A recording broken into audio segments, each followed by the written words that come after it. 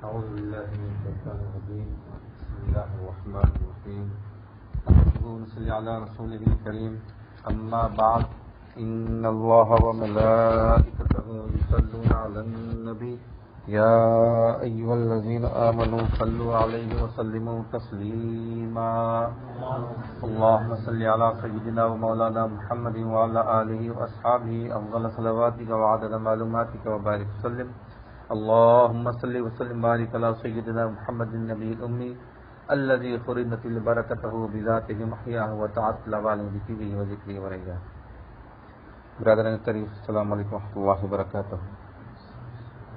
الحمدللہ ثم الحمدللہ، اللہ تعالیٰ کا بے انتہا فضل و کرم ہے کہ اس نے ہمیں مسلمان بنا کر پیدا فرمایا اور ہمیں پیدا ہونے کا عطا فرمایا. الحمدللہ، یہ فخر رشک انبیاء نکلا. مزید برائے کرم کہ اس نے ہمیں اپنے اولیاء کے دامن سے وابستہ فرمایا، قرآن جیسی نعمت عظمیٰ سے ہم کو سرفراز فرمایا اور اس ماہ مبارک میں ہم کو زندہ رکھا اور حتر مقدور اس کی سحر سے، روزے سے، افطار سے، تراویح سے قدر کرنے کی توفیق عطا فرمائے. الحمدللہ، اللہ تعالیٰ کا بے انتہا فضل و کرم. آج 17واں روزہ تھا. 17ویں روزے کی نسبت جو ہے حق و باطل کی پہلی جنگ سے ہے، جس کو جنگ بدر کہا جاتا ہے. ایک ایسا تاریخ میں دو ایسے معرکے ہیں جس کی نظیر دوبارہ نہیں ہوئی. ایک جنگ بدر کا واقعہ ہے اور دوسرا جو ہے کربلا کا واقعہ ہے.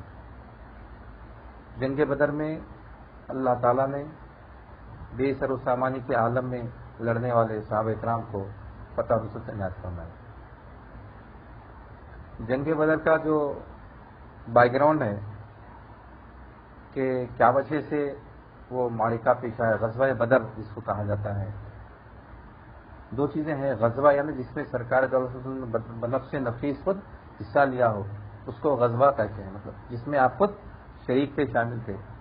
اس میں اور ایک پہلو یہ ہے کہ سرکار نے مطلب اپنے عمل سے پریکٹیکل یہ بتایا کہ ہر فیلڈ میں ہم کو ٹھہرنا ہے. آپ جنگ میں رہے تو آپ ایک جنرل کے فرائض انجام دیے. ایک جنرل جیسے کام کرتا ہے، جنرل اپنی فوج کو جیسے کنٹرول کرتا ہے، جنرل جیسے لڑاتا ہے، آپ لڑا کے بتائیں. اور انصاف کرنے والا کیسا ہوتا ہے، آپ انصاف کرنے والے بن کے بتائیں. ہجرت کرنے کے بعد یہ سن 2 ہجری 17 رمضان کو یہ واقعہ پیش آیا. سن 2 ہجری یعنی ہجرت کرنے کے دوسرے سال. ہجرت کرنے کے بعد سرکار مدینہ منورہ تشریف لائے. اسلام میں تقویت ہوتی گئی، تھوڑے لوگ طاقتور ہوتے گئے، مسلمان ہوتے گئے، تعداد بڑھتی گئی. مکے کے جو لوگ تھے، مشرکین مکہ، جو آپ کے سخت ترین دشمن تھے، شدید آپ کے مخالف تھے، وہ نہیں چاہتے تھے کہ آپ پلے پھولیں. یعنی ہمارے پاس کا ایک شخص اتنا زیادہ ہوتے جا رہا، اتنا بڑھتے جا رہا، ایک نیا دین اللہ کی دنیا کے سامنے پیش کرا اور لوگ اس کو قبول کرتے جا رہے ہیں، ان کی تعداد بڑھتی جا رہی. حقائق اسلام کو نہیں دیکھتے تھے وہ لوگ. اس میں کیسا انصاف ہے، کیسی مساوات ہے، اس میں انصاف کیسی ہے، مساوات کیسی ہے، اور کیسے اللہ تعالیٰ ہمارے کام آتا ہے، کیسے وقت ضرورت پہ ہماری مدد کرتا ہے، وہ اس پہ توجہ نہیں جائے. صرف یہ تھی کہ میں بڑا ہوں، میرے سے بڑا کوئی اور نہیں ہونا. یعنی تکبر ان لوگوں میں اتنا زیادہ آ گیا تھا. اس وجہ سے کیا شدید مخالفت کرتے تھے. ابو جہل جو تھا سب سے شدید سخت ترین مخالف جو تھا وہ ابو جہل تھا. بڑے بڑے ان کے سردار تھے، عتبہ، شیبہ، ولید، ابو سفیان. یہ بڑے بڑے روسائے عرب جن کو کہا جاتا تھا، عرب کے رئیس لوگ تھے، عرب کے طاقتور لوگ تھے، مکے کے دبدبے والے لوگ تھے. تو اطلاع ملی ایک مرتبہ کہ ابو سفیان جو بعد میں اسلام قبول کرے فتح مکہ کے وقت میں، جب ایک قافلہ لے کے شام کی طرف جا رہے تھے، ایک قافلہ لے کے شام کی طرف گئے تھے. اور قافلہ جو تھا، قافلے میں مکے کے لوگ کیا کیے، یہ وعدہ کر لیے تھے کہ قافلے میں جتنا نفع ہوگا پورے کا نفع ہم پورا اسلام کی بے خودی میں، یعنی اس کو ختم کرنے میں ہم لگا دیں گے. ان کا مقصد یہ تھا کہ جتنا پیسہ آئے گا وہ پیسہ پورا ہم اس میں لگا دیں گے. یعنی ہر آدمی اس میں پیسہ لگایا. تو ابو سفیان جب قافلے کو لے کے شام گئے، شام میں جب تھے وہ، تو آپ کو ابو سفیان کی اس بات کی اطلاع ملی کہ میرے قافلے کو لوٹنے کا ارادہ ہے مدینے کے مسلمانوں کا. میرے قافلے کو لوٹنے کا ارادہ ہے مدینے کے مسلمانوں کا، تو فوراً کیا کہ وہ اپنے قاصدوں کو مکے کی طرف بھیجا دیے کہ میرے قافلے کی حفاظت کرو، کیونکہ صرف 40 سوار تھے ان کے ساتھ، 40 سوار تھے، 40 سوار قافلے کی حفاظت کے لیے، جنگ کا کوئی ارادہ نہیں تھا، اس وجہ سے 40 سوار ان کے ساتھ تھے، فوراً اطلاع بھیجائے۔ جیسے ہی مکے میں اطلاع پہنچی، ابو جہل جو تھا، ابو جہل پوروں کو تیار کیا، عتبہ، شیبہ اور جتنے بڑے بڑے لوگ تھے پوروں کو تیار کر کے بولا کہ ہم کو اس کی حفاظت کے لیے جانا ہے۔ 1000 لشکر جرار، تقریباً 1000 لشکر جرار پورے کیا بولنا چاہیے، سپاہ گیری کے آلات کے ساتھ، یعنی جتنے ان کے اوزار ہوتے ہیں، جتنے ان کے ہتھیار ہوتے ہیں، تمام کے تمام ہتھیاروں سے لیس ہو کے تقریباً 1000 کا لشکر جرار مکے سے کوچ کیا۔ مکے سے جب 1000 کا لشکر جرار کوچ کیا، یہ ابو سفیان جو ہے، جو روٹ ہوتی ہے، روٹ نارمل روٹ جو ہوتی ہے شام سے بدر کے راستے سے ہوتے ہوئے مکہ کو جاتی ہے۔ ابو سفیان کیا کہ ان کو جب اطلاع ملی ایسا ہونے والا ہے تو وہ روٹ بدل دیے، روٹ بدل کے کیا کرے انہوں، سطح سمندر ہمارے سمندر کے ساتھ ساتھ کے راستے سے وہ مکہ پہنچے، سیف چلے گئے۔ سرکار صلی اللہ علیہ وسلم بھی اپنی، کیونکہ ایک آپ حکومت بھی کیے، حکومت کرنے کے طریقے بھی بتائے۔ حکومت ہمیشہ جو ہوتی ہے، ہمیشہ اپنے دشمنوں سے چوکنا رہنا، ہمیشہ اپنے دشمنوں سے چوکنا رہنا، تو اپنے جاسوسوں کو بھی بھیج کے رکھتے تھے۔ تو آپ کو اس بات کی اطلاع ملی کہ مکے سے 1000 کا لشکر جرار مدینے کی طرف آ رہا ہے۔ آپ کیا کیے، انصار کو اور مہاجرین صحابہ کو جمع کیے، جمع کر کے پوچھے کہ کیا مشورہ ہے تم لوگوں کا۔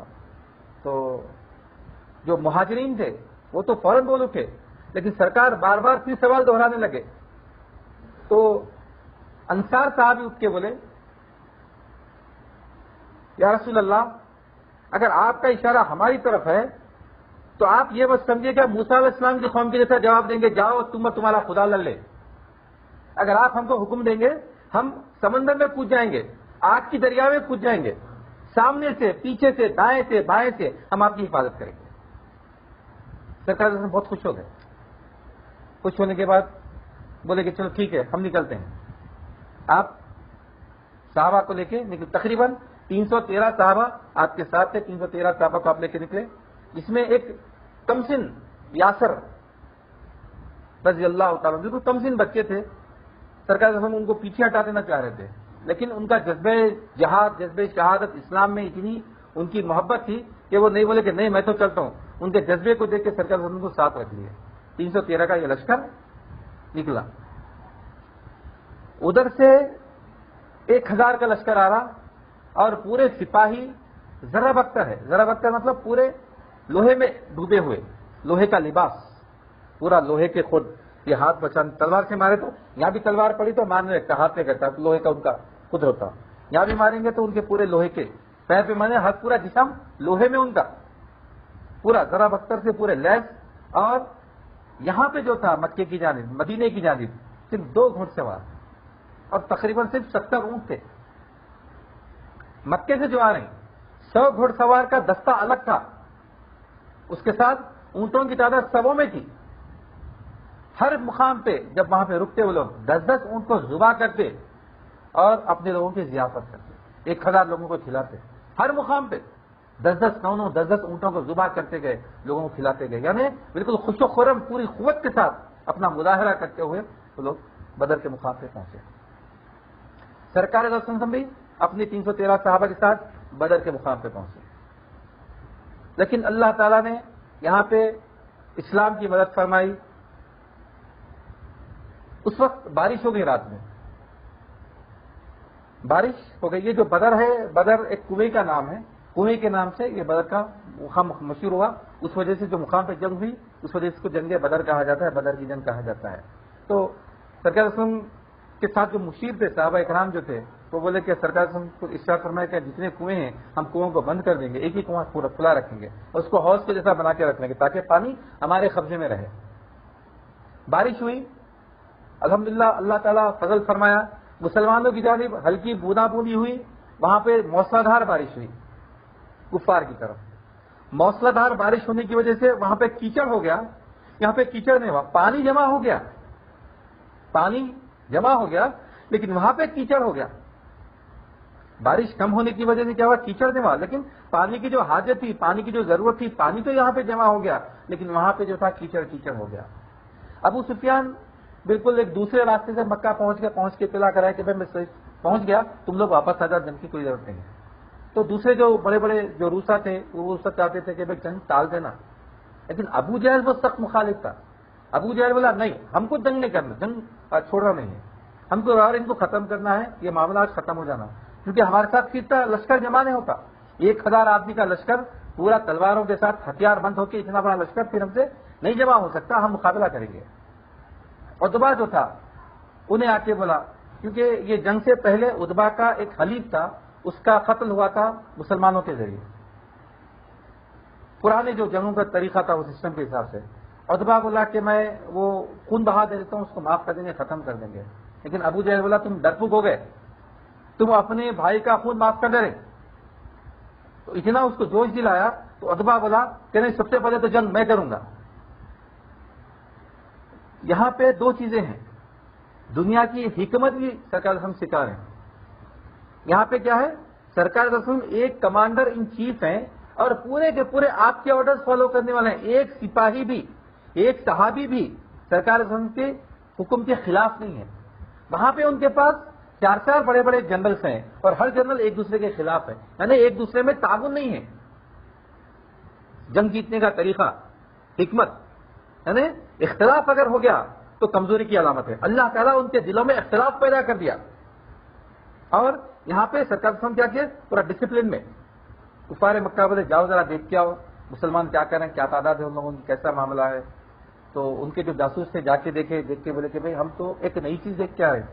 وہ لوگ ایسے ہیں جیسے ان کو گھر واپس جانے کی فکر نہیں ہے، بیوی بچوں ان کو کوئی فکر نہیں ہے. وہ خالی یہاں پہ صرف مرنے کے لیے آئے ہیں. ان کے دماغ میں ایسا محسوس ہو رہا، ہم کو خوف محسوس ہوتا ہے کہ ہم جیتیں گے، مطلب ہم کو اندازہ نہیں ہے ہم جیتیں گے بول کے. یعنی وہ لوگ کو اندازہ ہو گیا کہ جو لڑنے والے جو آئے ہیں یہ لڑنے کے لیے نہیں، مرنے کے لیے آئے ہیں. اور جو مرنے کے لیے آ جاتا ہے اس سے جیتنا مشکل ہو جاتا ہے. مرنے کے لیے جو آتا ہے اس سے جیتنا مشکل ہو جاتا. اس کے بعد سرکار اسلام پوروں کو ایک صف بندی بنا دی. ایک چھوٹی ایک تیر سرکار کے ہاتھ میں تھی، تیر سے سب کو ایک آرڈر میں کر دیے، سسٹم میں کر دیے پورا، یعنی روز بنا دیے. صحابہ اکرام بولے اللہ کے رسول آپ جنگ میں بنفس نفسی حصہ مت لیجیے، آپ آرڈرز پاس کیجیے. کیا کیے؟ آپ کے لیے چپل لگا دیے جہاں پہ آپ بیٹھ کے پورے جنگ کا معائنہ کر سکے، جہاں پہ دیکھ سکے پوری جنگ کو، اور وہاں سے آپ آرڈرز پاس کر سکیں. اس میں صرف 2 لوگ، ابوبکر صدیق رضی اللہ تعالیٰ عنہ اور سرکار دو عالم صلی اللہ علیہ وسلم، آپ دونوں وہاں پہ تھے.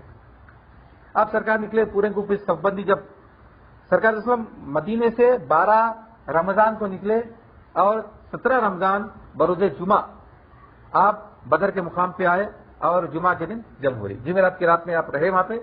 اس کے بعد جمعہ کی صبح میں 17 تاریخ کے آپ صف بندی ہوئی. صف بندی ہونے کے بعد آپ پورے صحابہ کو ایک ساتھ کر دیے. ایک صحابی کو تھوڑا سا زیادہ مار لگا تو صحابی اور اللہ کے رسول انصاف ہونا، آپ کی تکبیر سے میرے کو مار لگا، برابر بدلہ ہونا. تو پورے صحابہ پریشان ہو گئے، آپ ایسا کیسا سوال کر دیے. سرکار سے اپنا تیبند اٹھا کے بولے ٹھیک ہے تم اپنا بدلہ لے لو. آپ فوراً آئے اور آپ کے جسم اطہر کو بوسہ دے دیے. پورے صحابہ پریشان ہو گئے، یہ کیا معاملہ ہے؟ آپ بولے کہ بھائی مرنے والا ہوں، مرنے سے پہلے میں آپ کے جسم کو بوسہ لینا چاہتا ہوں، کیونکہ آپ کے جسم سے بوسہ لیے آگ اس کو نہیں جلا سکتی.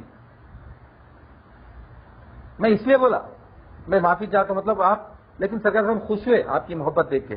اور سرکار کا انصاف کیسا تھا، جب مدینے سے آپ نکلے اونٹ بالکل چھوڑے تھے تو سرکار ہم کیا کیے، ایک ایک اونٹ پہ 3 سوار کو کر دیے اور یہ بولے کہ بھائی 3 سوار ہونا، کچھ دیر انہوں سواری کرنا، 2 لوگ پیدل چلنا، پھر دوسرا آدمی بیٹھنا، 2 لوگ پیدل چلنا، پھر تیسرا بیٹھنا، پھر 2 لوگ پیدل چلنا. ایک سسٹم بنا دیے. لیکن یہ سسٹم سب کے ساتھ ساتھ اپنے اوپر بھی لاگو کر لیے. ایسے نہیں کہ دوسروں کو بول دیے پورے تم فالو کرو، میں اپنا ایک الگ اونٹ رکھ کے چلتا ہوں، نہیں بولے. حالانکہ آپ چاہتے تو ایسا کر سکتے تھے، لیکن آپ بولے کہ نہیں میں سب کے ساتھ ہونا چاہتا ہوں، میں انصاف کرنا چاہتا ہوں. یعنی سب اگر 3 اونٹ کے ایک اونٹ پہ 3 آدمی ہیں تو میرے اونٹ پہ بھی 3 ہونے چاہیے. لیکن صحابہ کرام کی محبت اس بات کو گوارا نہیں کری اور اپنے وقت پہ بھی سرکار کو ان پہ سوار رکھے. آپ پہنچے. پہنچنے کے بعد جب جنگ کا معرکہ ہوا، جنگ آمنے سامنے ہوئی، اللہ تعالیٰ قرآن شریف میں جن کے لیے آیت نازل فرمایا کہ آیت نازل فرمایا اللہ تعالیٰ ارشاد فرماتا ہے بسم اللہ الرحمن الرحیم، سورہ آل عمران کی آیت ہے، آیت نمبر 123، وَلَقَدْ نَصَرَكُمُ اللَّهُ بِبَدْرٍ وَأَنْتُمْ أَذِلَّةٌ فَاتَّقُوا اللَّهَ لَعَلَّكُمْ تَشْكُرُونَ، اور اللہ نے بدر میں عین اس وقت تمہاری مدد کی جب تم کمزور تھے، بس تم اللہ تعالیٰ سے ڈرتے رہا کرو اور اس کا شکر ادا کرتے رہو۔ اللہ تعالیٰ قرآن میں ارشاد فرما رہا شکر ادا کرنے کی توفیق ہو، یعنی تمہاری اس وقت اللہ تعالیٰ نے بدر میں مدد کی جب تم بالکل کمزور تھے، تمہارے پاس ظاہری سر و سامان نہیں تھا۔ آگے اللہ تعالیٰ آگے ارشاد فرماتے ہیں اے نبی، جب آپ مومنوں سے کہہ رہے تھے کیا تمہارے لیے کافی نہ ہوگا اللہ آسمان سے 3000 فرشتے اتار کر تمہاری مدد کرے؟ کیوں نہیں؟ اگر تم صبر کرو اور اللہ سے ڈرتے رہو اور دشمن تم پر فوراً چڑھائے تو اسی لمحے تمہارا رب 5000 فرشتوں سے تمہاری مدد کرے گا جن کے خاص نشان لگے ہوں گے، اور اللہ نے اسے تمہارے لیے خوشخبری بنا دیا تاکہ اس سے تمہارے دلوں کو تسلی ہو، اور مدد تو اللہ ہی کی طرف سے ہوتی ہے جو بہت زبردست اور نہایت حکمت والا ہے۔ اللہ کا مقصد یہ تھا کہ وہ کافروں کے ایک گروہ کو ہلاک کر دے اور انہیں ذلیل کر دے اور نامراد ہو کر لوٹ جائے۔ اللہ تعالیٰ قرآن نے ارشاد فرمایا کہ اللہ کا یہ مقصد تھا کہ تم بے سر و سامان نہیں تھے، اللہ تعالیٰ فرشتوں سے مدد فرمایا، لیکن مدد آج ہی بولتے پہلے سے معلوم تھا، لیکن پھر بھی سرکار اسلام حکمت پوری اختیار کرے۔ مدد آج ہی معلوم ہوا، جنگ شروع ہونے سے پہلے پرانے زمانے کا جنگ کا کیا طریقہ، سرکار اسلام سجدے ریز ہو گئے۔ اللہ تعالیٰ نے ارشاد فرما رہے ہیں کہ اے اللہ تو آج ان مٹھی بھر مسلمانوں کی اگر حفاظت نہیں کریں گا تو روز قیامت تک تیرا نام لینے والا کوئی نہیں رہے گا، تو ان کی مدد فرما، تو ان کی مدد فرما۔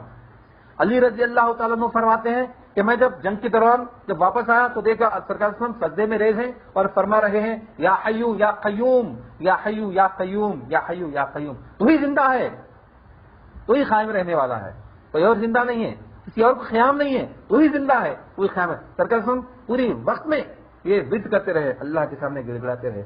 آپ کی بے چینی اتنی زیادہ، آپ کی ردائے مبارک بار بار نیچے گر جا رہی تھی۔ اب اگر صدیق رضی اللہ تعالیٰ نے رضا مبارک کو اٹھا کر اوپر رکھتے اور سرکار نے ارشاد فرمایا اللہ کے رسول اللہ تعالیٰ نے ہم سے وعدہ فرمایا ہے ہم کو فتح دینے کے لیے، لیکن سرکار نے ارشاد فرمایا تو میں کہ اللہ کے حضور سجدہ ریز نہ ہوں، سوال نہ کروں، شکر ادا نہ کروں۔ اس کے بعد جنگ کا جو دستور تھا، دستور یہ تھا جنگ میں کہ جو بڑے بڑے بہادر ہوتے 1 to 1 ہوتا تھا۔ پہلے جو جنگ ہوتی تھی مبادرت طلب کرنا بولتے تھے اس کو، مبادرت طلب کرنا۔ تو عتبہ جو تھا، عتبہ اپنے بیٹے ولید اور بھائی شیبہ کو لے کے باہر آیا، بولا کہ میں بہادروں کا بہادر ہوں، میرے سے مقابلے کے لیے کس کو بیچ کے بھیجو۔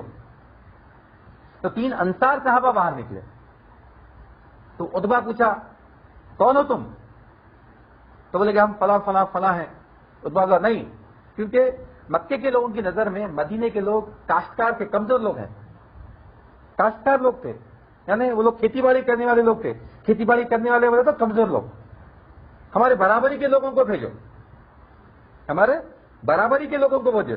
سرکار نے کیا کیا، وہ تینوں انصار صحابہ کو واپس بھجائے، بلا کے کیا کہ علی رضی اللہ تعالیٰ عنہ، حضرت حمزہ رضی اللہ تعالیٰ عنہ، حضرت ابو عبیدہ بن جراح رضی اللہ تعالیٰ عنہ، یہ تینوں کو بھیجائے مقابلے۔ عتبہ اور ولید دونوں حضرت حمزہ رضی اللہ تعالیٰ عنہ اور علی رضی اللہ تعالیٰ عنہ کے ہاتھ سے شہید ہوئے، قتل ہو گئے، کیونکہ ابو عبیدہ رضی اللہ تعالیٰ عنہ پورے جتنا معرکہ تھا، جتنے لوگ تھے سب میں زیادہ عمر والے آپ تھے۔ شیبہ آپ کو زخمی کیا، شیبہ آپ کو زخمی کیا، تو فوراً علی رضی اللہ تعالیٰ حمزہ رضی اللہ فوراً گئے اور شیبہ کو قتل کر دیے۔ یعنی تینوں کے تینوں جو بہادر سپاہی تھے، ان کے جو طاقتور پہلوان تھے، وہ طاقتور پورے وہ مقام میں شہید ہو گئے، قتل ہو گئے۔ اس کے بعد جنگ کا معرکہ شروع ہوا، جنگ ہوئی، دو بدو جنگ ہوئی۔ حضرت عبد الرحمن بن عوف رضی اللہ تعالیٰ عنہ فرماتے ہیں کہ دوران جنگ 2 نوجوان لڑکے معاذ اور معوذ رضی اللہ تعالیٰ عنہ آئے، ایک طرف میرے کان میں بھائی بولا کہ اے چچا یہ بتائیے ابو جہل کہاں ہے؟ تو وہ بولے کہ بھائی کیا کرنا ہے تم کو ابو جہل سے، وہ تو بڑا سردار ہے، پورے قافلے کا سردار ابو جہل ہے، تم کیا کر؟ نہیں، وہ اللہ کے رسول کا بڑا دشمن ہے، ہم اس کو قتل کرنا چاہتے ہیں۔ ابھی یہ بات پوچھ ہی رہے تھے، ادھر سے چھوٹے بھائی بولے معوذ کہاں ہے ابو جہل؟ تو آپ اشارہ کر دیے کہ وہ ابو جہل ہے۔ جیسے ہی یہ سنے، معاذ اور معوذ رضی اللہ تعالیٰ عنہ دونوں کے دونوں فوراً چیل کی طرح اس پہ جھپٹے ابو جہل پہ اور اس پہ حملہ کر دیے، اس کا کام تمام ہو۔ جیسے ہی یہ دیکھا، ابو جہل کا بیٹا اکرمہ، بعد میں آپ بھی اسلام قبول کرے فتح مکہ کے بعد، اکرمہ جیسے دیکھیے باپ کے اوپر حملہ ہوا، باپ کی گردن ختم ہو گئی، فوراً آیا اور ایک معاذ رضی اللہ تعالیٰ کے ہاتھ پہ ایسا وار کیا کہ آپ کا ہاتھ موڈے سے کٹ گیا، لیکن تسمے سے باقی رہ گیا۔ آپ جنگ کرنے لگے تو یہ ہاتھ جو ہے آپ کو بیچ میں آ رہا تھا، کٹ گیا تھا یہاں سے، آپ ہاتھ کو کیا کیے؟ یہ ہاتھ کو پیر کے نیچے رکھ کے ایسا جھٹکا دیے کہ ہاتھ مونڈے سے الگ ہو گیا۔ یعنی وہ جنگ کی کیفیت جو تھی، درد کا احساس نہیں تھا، زخم کی تکلیف نہیں تھی، کوئی فکر نہیں، یعنی صرف ایک ہی وقت تھا کہ اللہ تعالیٰ کے رسول کے جو دشمن ہیں وہ دشمن ختم ہونا، وہ دشمن ہارنا، وہ دشمن ختم ہونا، وہ دشمن ہارنا اور اسلام کو غلبہ حاصل ہونا۔ اس کے بعد ابو جہل ختم ہوا، عتبہ ختم ہو گیا، شیبہ ختم ہو گیا، یہ بڑے بڑے سردار جیسے ہی ختم ہوئے، تمام کی تمام فوج جو تھی وہ بدل ہو گئی، ہیبت کھا گئی، کیونکہ جب سپہ سالار اگر ہے زندہ تو فوج پہ ایک طاقت رہے گی، لڑانے والا ہے بھائی ہمارے پاس بولتے، جب لڑانے والا ختم ہو گیا تو فوج کے پاؤں اکھڑ گئے اور وہ فوج پوری پیٹ پلٹا کے بھاگنے لگی اور کفار کو اللہ تعالیٰ نے شکست دی۔ اللہ تعالیٰ ارشاد فرماتا ہے کہ ہم نے فرشتوں سے تمہاری مدد کی بدر کے وقت میں، ہم نے فرشتوں سے بدر کے وقت میں تمہاری مدد کی جب تم بے سر و سامانی کے عالم میں تھے، تمہارے پاس نہ انفرادی قوت تھی، نہ تمہارے پاس ہتھیار کی قوت تھی، نہ تمہارے پاس مال و زر تھا۔ وہ لوگ کے پاس مال و زر، ہتھیار، انفرادی قوت، تمام چیزوں کا غلبہ رکھنے کے بعد بھی اللہ تعالیٰ نے ان کو مغلوب کیا اور اسلام کو کامیاب کیا۔ کیوں؟ کیونکہ اللہ تعالیٰ کے اوپر بھروسہ کرنا، ظاہری اسباب پہ اختیار کرنا، لیکن اس کے ساتھ ساتھ سجدہ ریز ہو جانا اپنی کامیابی کے لیے اللہ تعالیٰ کے حضور میں۔ اللہ تعالیٰ وعدہ فرما لیا میں کامیابی دوں گا، اس کے بعد بھی سرکار صلی اللہ علیہ وسلم آپ سجدہ ریز ہیں، اللہ کے حضور میں فرما رہے ہیں اے اللہ تو ان مٹھی بھر سپاہیوں کو اگر کامیابی نہیں دیا تو پھر قیامت تک تیرا نام لیوا کوئی نہیں رہے گا۔ اس کے بعد جنگ میں صرف 14 مسلمان شہید ہوئے، جبکہ کفار کی جانب سے تقریباً 70 آدمی قتل ہوئے اور تقریباً 70 آدمی قید ہوئے، 70 آدمی قید ہوئے اور 70 آدمی قتل ہوئے، جس میں بڑے بڑے لوگ تھے، بڑے بڑے سردار، اور سرکار صلی اللہ علیہ وسلم ایک دن پہلے بتا دیے تھے کہ فلاں مقام پہ ابو جہل رہیں گا، فلاں مقام پہ انہیں رہیں گا، فلاں مقام پہ انہیں رہیں گا۔ جب جنگ ختم ہوئی سرکار صلی اللہ علیہ وسلم نے ارشاد فرمایا کہ جاؤ ابو جہل کو تلاش کرو۔ ایک صحابی رسول گئے، انصار صحابی رسول، جا کے دیکھے تو ابو جہل میں بھی کچھ جان باقی تھی، کیونکہ وہ ابو جہل اپنے آپ کو بڑا سمجھتا تھا، انصار صحابہ کو دوسرے لوگوں کو کمتر سمجھتا تھا، تو بولا تم تو کھیتی باڑی کرنے والے لوگ ہیں، آپ کو تکلیف پہنچ جائے گا صحابی کو۔ صحابی اس کا بدلہ لیے اور جب گردن الگ کرنے کی بات آئی تو ابو جہل اس وقت بھی تکبر میں تھا، وہ بولا کہ میری گردن ذرا نیچے سے الگ کرو تاکہ سر رکھے گا تو سردار کا سر دکھنا۔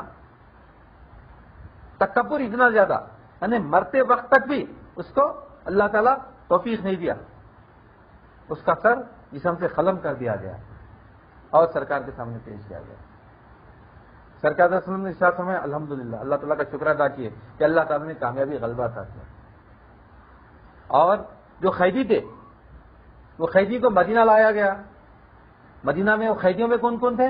حضرت عباس رضی اللہ تعالیٰ عنہ، بعد میں آپ اسلام قبول کرے جو بنو عباس تقریباً 500 سال تک اسلام کے اوپر حکومت رہی، ان کے خاندان کے انتقال کی۔ سرکار کے چچا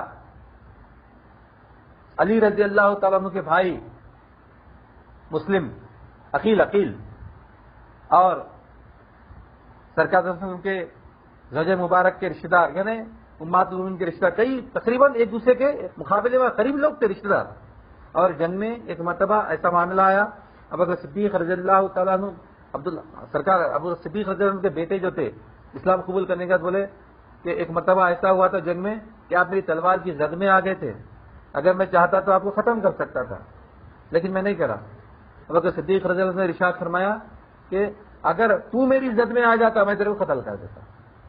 یعنی خونی رشتے اہمیت کے نہیں، اس جو اہمیت کی چیز ہے وہ دین ہے، اللہ کا رسول ہے، اللہ ہے، اللہ کے رسول کے معاملے میں، اللہ کے معاملے میں خونی رشتے بھی اگر بیچ میں آ رہے ہیں تو کوئی ہیچ ہے۔ اللہ کے رشتے کو مضبوط رکھنا ہے، اللہ کے رسول کے رشتے کو مضبوط رکھنا ہے۔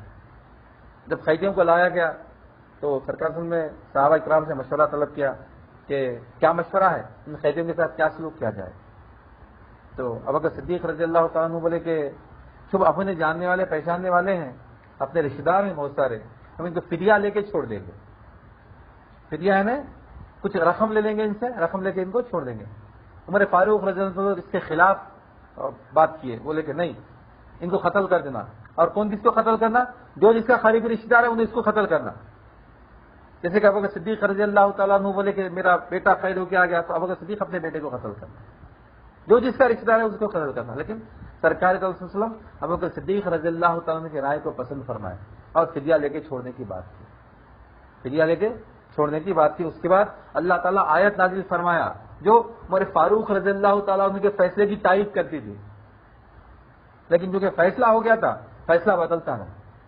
آپ فدیہ لے کے چھوڑنے کی بات آئی، کچھ لوگ ایسے تھے جو فدیہ ادا نہیں کر سکتے تھے، تو ان کو یہ حکم دیے کہ بھائی تم لکھنا پڑھنا جانتے ہو تو 10 لوگوں کو مدینے کے لکھنا پڑھنا سکھا دو، تم آزاد۔ اس کے بعد سرکار نے ارشاد فرمایا کہ جو قیدی جو صحابہ کے پاس ہیں ان کے ساتھ اچھا معاملہ کرو۔ تو جو قیدی لوگ تھے کئی مسلمان ہوئے بعد میں صرف صحابہ اکرام کے تعلقات کو دیکھ کے، ان کے کردار کو دیکھ کے۔ وہ قیدی فرماتے ہیں کہ جب میں قید میں تھا تو صحابی رسول شام میں آتے، روٹی لاتے، کھجور لاتے، روٹی مجھ کو دیتے، خود کھجور کھاتے۔ مجھے شرمندگی محسوس ہوتی، میں قیدی ہوں ان کا، میں غلام ہوں ان کا، میری توقیر کر رہے، میری اس کی عزت کر رہے اور خود روٹی کھجور کھا رہے۔ میں ان کو روٹی دیتا لیکن وہ بولتے نہیں روٹی تم کو۔ سرکار نے ارشاد فرمایا غلاموں کے ساتھ، قیدیوں کے ساتھ اچھا برتاؤ کرو، اچھا معاملہ کرو۔ یہ تعلیم کی، اسلام کی جو تعلیم ہے، اسلام کی تعلیم بالکل مساوات میں، بھائی چارگی میں اور انصاف میں ہے، اچھے تعلقات میں ہے۔ جب صلح حدیبیہ ہوئی تو تمام صحابہ ناراض تھے، تقریباً صحابہ سمجھے کہ ہم دب کے صلح کر رہے ہیں، کیونکہ اس میں 2-3 ایسے پوائنٹس تھے۔ ایک پوائنٹ یہ تھا کہ اگر کوئی مکے سے بھاگ کے مدینہ آ جائے تو مدینے کے لوگ اس صحابی کو واپس کر دینا، اور اگر کوئی مدینے سے مکہ آئے تو ہم نہیں دیتے۔ زبردستی ہے نا بھائی، آپ ہماری بات تو سننا، ہماری بات آپ نہیں سنتے بولے تو ہم آپ کی بات سن لینا، آپ ہماری بات نہیں سنتے۔ لیکن سرکار تمام شرائط کو قبول کیے۔ جب وہ لکھا جا رہا تھا عہد نامہ من جانب محمد رسول اللہ، تو لوگ بولے کہ اگر آپ کو رسول اللہ مانتے تو یہ جنگ اس کی ہوتی تھی، لکھو محمد بن عبداللہ۔ تو علی رضی اللہ تعالیٰ بولے میں یہ کاٹ نہیں سکتا۔ سرکار فرمایا کہ ٹھیک ہے رسول اللہ کاٹ دو۔ علی رضی اللہ بولے میں نہیں کاٹ سکتا۔ سرکار خود اپنے ہاتھ پہ پینسل لے کے جو لکھنے کی چیز تھی اسے لے کے کٹ گئے۔ یعنی بظاہر ایسا محسوس ہوا کہ دب کے صلح ہوئی، لیکن اللہ تعالیٰ اسی وقت میں فتح کی آیت نازل فرمایا۔ کیوں؟ اس کے بعد ایک دوسرے سے ملاقات شروع ہوئی، لوگ اسلام کو جاننے لگے، سمجھنے لگے کہ کیا ہے بھائی اسلام، ارے یہ تو بہترین مذہب ہے، یہ مساوات والا مذہب ہے، یہ اخوت والا مذہب ہے، یہ انصاف والا مذہب ہے۔ یہ مذہب کی خوبیوں کو جان کے اسلام میں داخل ہوتے گئے۔ اسلام میں جب تک صلح حدیبیہ سے پہلے تعداد بہت کم تھی، لیکن صلح حدیبیہ کے بعد تعداد بے زیادہ ہوگی مسلمانوں کی، کثرت سے لوگ مسلمان ہونے لگے۔ کیوں؟ کیونکہ مسلمانوں کے ساتھ ان کے تعلقات بڑھتے گئے، دیکھنے لگے مسلمانوں کو کہ مسلمانوں میں انصاف کیسا ہے، کیا کیا کس کے کتنے رائٹس ہیں اور رائٹس کو کتنا فالو کر رہی، خالی بات نہیں، بات پہ کتنے عمل پیرا ہیں، وہ تمام چیزوں کو دیکھ رہے ہیں۔ تو جنگ بدر میں جو قیدی تھے، وہ قیدی تمام کے تمام جو صحابہ اکرام ان کے ساتھ برتاؤ کرتے تھے، وہ برتاؤ دیکھ کے آپ اسلام قبول کر لیے۔ اور ایک صحابی جب تھے، صحابی نہیں بنے تھے ابھی، شام سے آ رہے تھے، مکے کے رئیس تھے، بہت زیادہ ان کے پاس مال و زر تھا، سرکار ان کے رشتے دار تھے دور کے، آپ آئے قیدی ہو کے آ گئے آپ اتفاق سے راستے میں، تو قیدی ہو کے آنے کے بعد آپ کے زوجہ محترمہ کے رشتہ دار آپ بولے کہ بھائی ان کو چھوڑ دیں گے، سرکار نے ارشاد فرمایا پورے صحابہ سے کہ ان کا جو مال تھا اگر تم چاہو تو ان کو واپس کر دو. تو صحابہ اکرام سوئی دھاگا جو ان کے ساتھ تھا وہ بھی لا کے واپس کر دیا ان کو. ہزاروں کا ان کا مال تھا. وہ پریشان ہو کے دیکھیے اتنا پورا میرے کو واپس کریں گے امید نہیں تھی. وہ مکہ گئے، مکہ جا کے پوروں کا مال سب کو دے دیے. لیکن وہاں اعلان کرے میں اسلام قبول کرتا ہوں. میں مدینے میں قبول کر سکتا تھا، لیکن اگر مدینے میں قبول کرتا تو لوگ یہ سمجھتے کہ میں تمہارا مال غبن کر لیا، غبن کر کے بچنے کے واسطے میں مدینے میں جا کے اسلام قبول کرا سمجھتے. میں تمہارا مال تمہارے حوالے کرتا ہوں، میں بالکل اب آزاد ہوں اور اسلام قبول کرتا ہوں.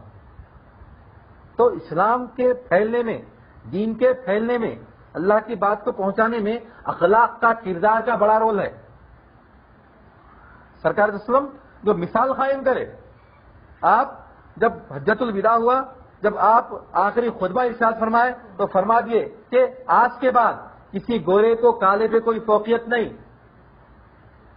کسی عرب کو عجم پہ کوئی فوقیت نہیں، کسی دولت مند کو کمزور پہ کوئی فوقیت نہیں.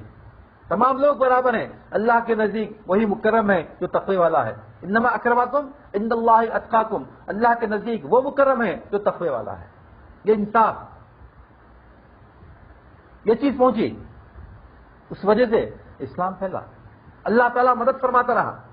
جب سے ہم یہ راستے سے ہٹ گئے، جب سے ہم انصاف کرنا چھوڑ دیے، جب سے اسلام کے اصولوں سے ہٹ گئے، اللہ تعالیٰ ہم کو ذلیل کرا، پستی میں ڈالا. ہم آج بھی اگر ہو جائے ابراہیم سے ایما پیدا، آپ کر سکتی انداز گلستہ پیدا. علامہ اقبال فرما کے گئے. اور کیا ارشاد فرمائے کہ وہ زمانے میں معزز سے مسلمان ہو کر اور تم خوار ہوئے تاریخ قرآن ہو کر. قرآن کو چھوڑ دیے، تم ذلیل ہو گئے. وہ لوگ معزز تھے، مسلمان تھے، اسلام والے تھے، جاننے والے تھے، یعنی اللہ کے فرما بردار تھے. مسلمان کے معنی فرما بردار. وہ فرما بردار تھے، معزز تھے مسلمان. وہ زمانے میں معزز سے مسلمان ہو کر تم خوار ہوئے، ذلیل ہو گئے تاریخ قرآن ہو کر. قرآن کو چھوڑ کے، قرآن کو ترک کر کے، قرآن کو چھوڑ دے کے تم ذلیل ہو گئے. اگر ہم آج بھی اس کو اٹھا لیں، اس پہ عمل پیرا ہو جائیں، اللہ تعالیٰ آج بھی ہمارے لیے کامیابی دینے کے لیے تیار ہے. جنگ بدر کا واقعہ ہمارے لیے ایک عبرت ہے، ایک ہمارے لیے ایک مثال ہے کہ اللہ تعالیٰ مدد فرماتا ہے ان لوگوں کی جو بے سر و سامانی میں لیکن اللہ پہ توکل کرتے ہیں، اور جو اپنے اسباب پہ بھروسہ کرتے ہیں ان کے لیے ذلت ہے. جو اسباب پہ بھروسہ کرتے ہیں ان کے لیے ذلت ہے، ان کے لیے ہار ہے. جو اللہ پہ توکل کرتے ہیں، اسباب پہ نہیں، جو اللہ پہ توکل کرتے ہیں اور اسباب پہ توجہ نہیں کرتے. جو اسباب اختیار کرنا ہے وہ تو اختیار کریں. سرکار صلی اللہ علیہ وسلم بالکل سبندی فرمائے، تیر اندازوں کو رکھے، تمام لوگوں کو رکھے، لیکن رجوع اللہ رہے. رجوع اللہ ہونا، اسباب کو چھوڑنا نہیں.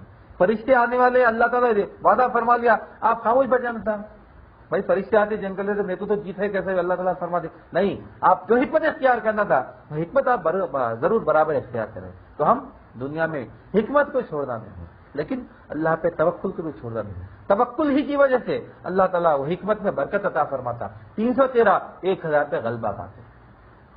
قیامت تک کے لیے ایک مثال ہے وہ. اس کے بعد دوبارہ پھر کفار قریش، مکے کے لوگ کبھی طاقتور نہیں ہو سکے، کبھی مقابلہ نہیں کر سکے مسلمانوں سے. 10 سال کے اندر اندر سرکار صلی اللہ علیہ وسلم مکے میں فاتح مکہ بن کے داخل ہوئے. اس کے بعد بھی آپ ارشاد فرمائے کہ جو اپنے گھروں میں بند رہے گا اس کو معافی ہے، جو ابو سفیان کے گھر میں رہے گا اس کو معافی ہے، جو حرم میں رہے گا اس کو معافی ہے. میں جنگ کرنے نہیں آیا. حالانکہ آپ چاہتے تو بالکل پوروں کو پورا ریزا ریزا کر 10,000 کا لشکر آپ کے ساتھ تھا اس وقت جب آپ مکے کو فتح کرنے کے لیے گئے تھے. 8 ہجری میں، صرف 8 سال کے قلیل عرصے میں اللہ تعالیٰ نصرت عطا فرمایا. کیوں؟ کیونکہ وہ بھروسہ کرتے تھے. صحابہ اکرام بھروسہ کرتے تھے اور سرکار ہم کو دیکھتے. صحابہ اکرام کیا ارشاد فرمائے، آپ اگر ہمیں حکم دیں ہم آگ کے دریا میں کود جائیں، سمندر میں کود جائیں، آپ کے دائیں سے بائیں سے آگے سے پیچھے سے ہم آپ کی مدد کریں گے. موسیٰ علیہ السلام کی قوم نہیں ہے یہ بولیں گے ہم کہ تمہارا اللہ لڑ لو جا کے. ہم ایسا نہیں کریں گے آپ کے ساتھ. ایسا معاملہ نہیں. تو یہ محبت جب تک کہ پیدا نہیں ہوتی، اللہ تعالیٰ سے رغبت جب تک کہ ہم کو پیدا نہیں ہوتی، وہ کامیابی ہم کو نہیں ملتی۔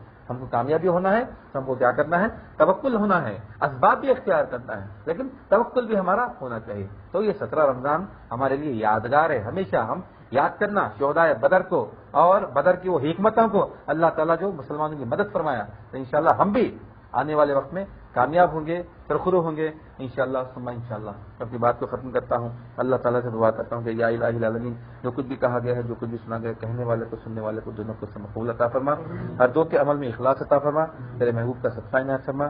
یا الہی العالمین، شہداء بدر کے صدقہ طفل ہم کو عطا فرما۔ یا الہی العالمین، ہم کو ایمان عطا فرما جس تو راضی ہو جائے، وہ ایمان عطا فرما جس تو راضی ہو جائے۔ فاصلہ کریم صلی اللہ علیہ وسلم کا ہم کو ہمارے شیخ کو دونوں عالم میں معزز ممتاز رکھ، ان کی دلی مرادوں کو پورا فرما، ان کے درجات کو بلند فرما، ان کے عمر اقبال میں ترقی عنایت فرما، انہیں صحت کاملہ عاجلہ مستقبلہ عنایت فرما۔ واسطہ نبی کریم صلی اللہ علیہ وسلم کا۔ ان اللہ وملائکتہ یصلون علی النبی یا ایھا الذین آمنوا صلوا علیہ وسلموا تسلیما۔ اللهم صل علی سیدنا مولانا محمد وعلی آلہ وصحبہ افضل الصلوات وعدد معلوماتک وبارک وسلم۔ سبحان ربک رب العزة عما یصفون وسلام علی المرسلین والحمد للہ رب العالمین۔